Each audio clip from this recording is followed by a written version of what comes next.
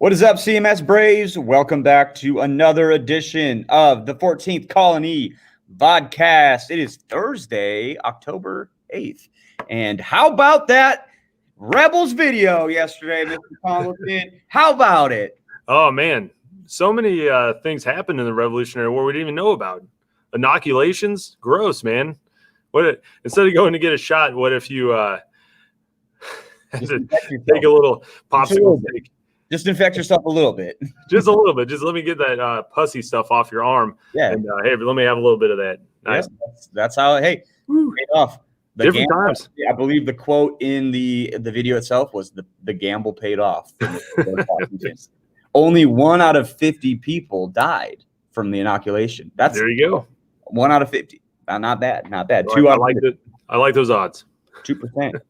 All right. That's pretty. There's some interesting stuff. And then like the mini ball as well. That's interesting. Right. I don't think people knew about that, with all the advancements that war sometimes brings to like military tools. So it's good stuff. Good stuff. Looking forward to seeing your guys' poster blasts on it.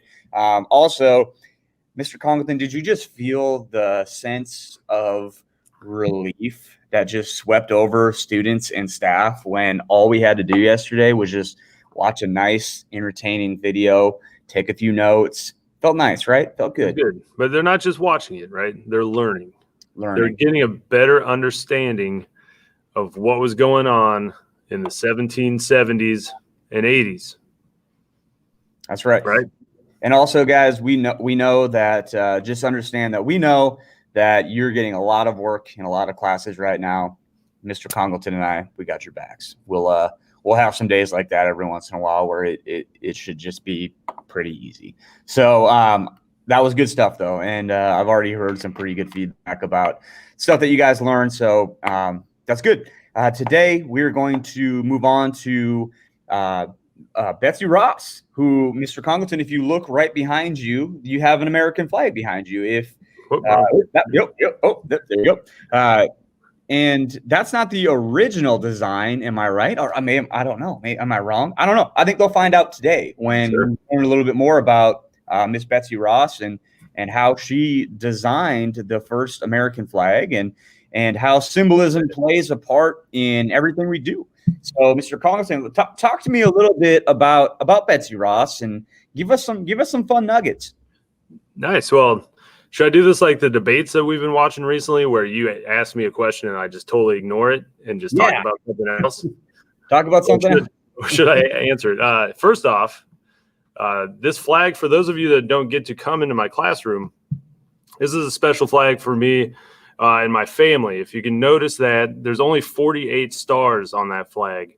And so this is an older flag. It was flying in my grandparents' farm, the farm that my dad grew up on. And so that was a flag that was made before Alaska and Hawaii were part of the Union, were states. So I feel fortunate to be able to have that in my classroom. It's kind of a cool thing. Now, when we learn today, we're going to read, it's just a basic short little story about Betsy Ross and the story of the flag. With all the American history we talk about, some of it's legend, some of it's facts. So we take it for what it is. We just assume that she is the one that kind of helped design and set up the flag. George Washington was somebody that was a kind of a micromanager as a leader. He liked to design the uniforms for the military. He was really into the symbolism and the things that went along with that. He wanted to make a 6-point star on the flag. But Betsy Ross, according to legend, she took out a piece of fabric, folded it a few times randomly, and took scissors, one cut, and then this little piece of fabric fell on the ground. She picked it up, unfurled it, and there was a five-point star. It was a lot easier to make. And Washington liked the way it looked, and so we went with that. So in the past, we've done a project where we follow the directions and cut that out. We may post that for a little extra credit. We may put that on the classroom tomorrow. See if you guys want to try that out if you have paper. Let's do that tomorrow. There we go. We'll do the star tomorrow. We used to do that and hang them in my classroom. All those clothespins hanging from the ceiling used to have stars hanging from them with goals that we wanted to achieve. But different times, right? Different times. And it is fun because you get to see it. It's always funny too, I think, because it sounds really easy to do that and to follow the instructions. But some of you guys in the past will make your one cut and you open the star up and it falls into like 3 pieces. And you're like, what did I do wrong? And so it's kind of a fun little activity to just kind of trial and error and figure out how they did that. But yeah, I think you guys are going to enjoy the reading today. And like Mr. Congleton said, some of the stuff that we talk about, it can be legend. Like there are some different points of views on, was Betsy Ross the one that designed the star? Was it someone else? Were there a different design? I mean, so that stuff is really interesting to kind of, if you want to, really get into the weeds on that stuff.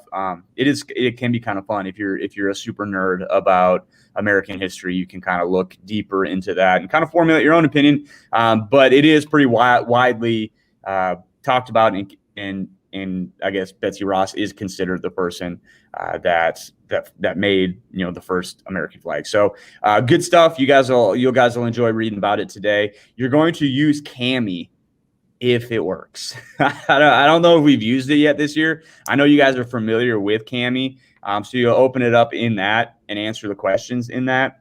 If that doesn't work, you just need to open up just a document and just number off the questions, and you can just type them in that way. Either will work.